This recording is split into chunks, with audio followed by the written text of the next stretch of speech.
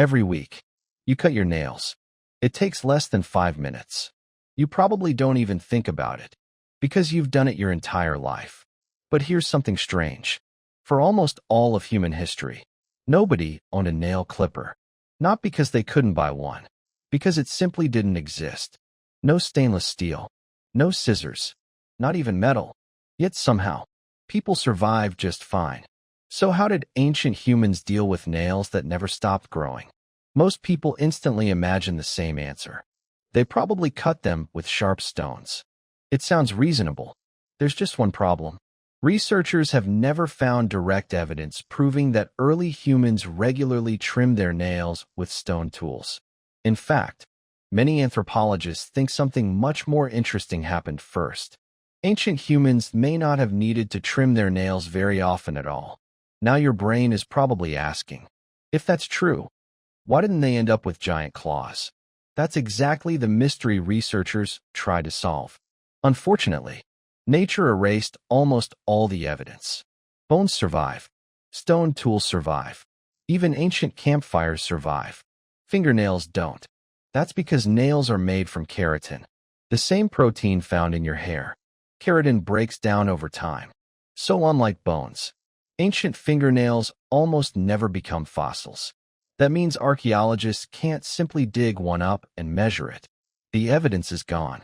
So researchers had to investigate the mystery from a completely different direction. Instead of studying ancient nails, they studied ancient hands. How were they used? What did they touch? How many hours did they work every day? The answers started revealing a surprising pattern. Early human hands were almost never at rest. They climbed rough trees. They dug through hard soil. They broke branches. They carried heavy rocks. They shaped stone tools. They scraped animal hides. Everything they touched was rough. Everything created friction. At first, that doesn't sound important, until you realize what friction actually does. It slowly removes material. A tiny scrape today, another tomorrow, thousands more over an entire lifetime.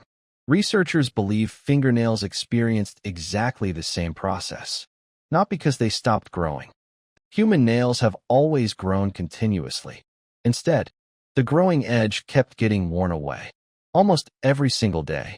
Professor Alice Roberts, a biological anthropologist, has often explained how physically demanding ancient life really was.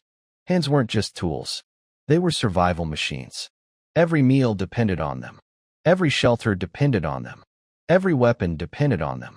And survival rarely gave them a day off.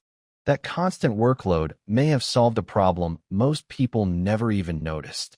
Nature was already filing the nails down, without anyone planning it, without anyone thinking about it, without needing a nail clipper.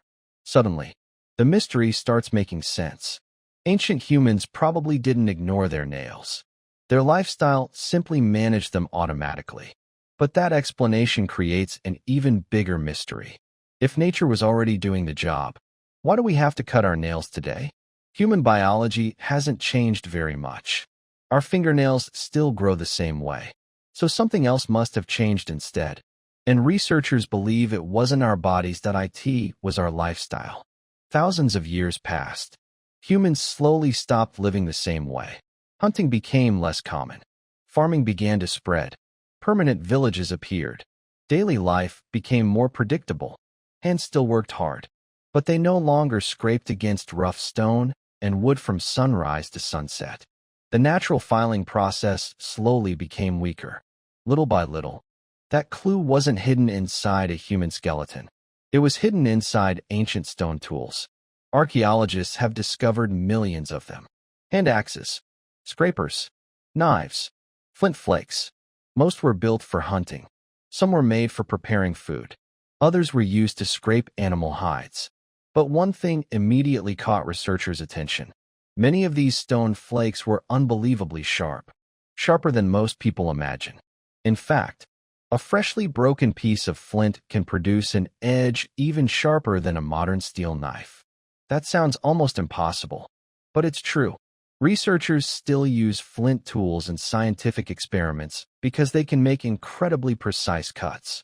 Now another question naturally appears. If flint was already that sharp, Could ancient humans have used it to trim their nails? The honest answer is, possibly, but nobody knows for certain. That's because stone tools don't record how they were used every single day. A sharp flake could skin an animal. It could cut plant fibers. It could carve wood. Or, it might have trimmed a fingernail. The tool survives. The exact action doesn't. That's why archaeologists are careful. Instead of saying, "This definitely happened," they usually say, "It was likely," or "It was possible." That small difference matters, because science follows evidence, not assumptions, even without direct proof. Researchers agree on one thing. If someone needed to shorten a nail, a sharp flint flake would have worked surprisingly well. But something still doesn't add up. If sharp stones already existed, why did humans keep creating better tools? The answer has nothing to do with sharpness. Flint was already sharp enough. The real problem was convenience. Stone breaks. Stone chips. Every sharp edge is slightly different.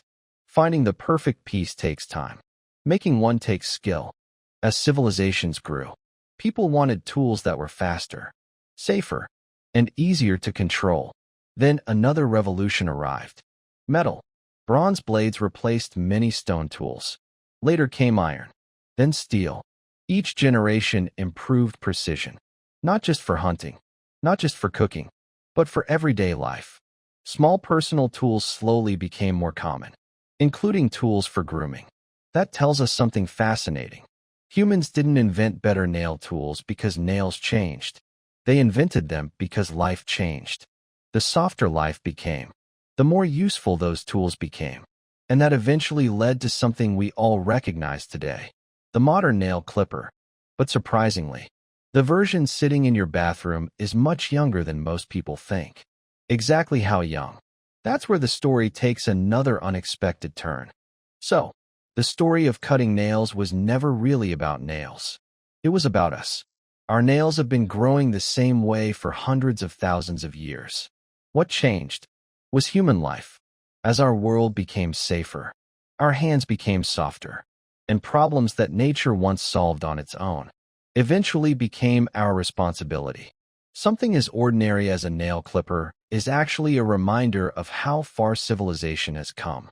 And that makes you wonder, what everyday habit do we have today that people thousands of years from now will find just as strange?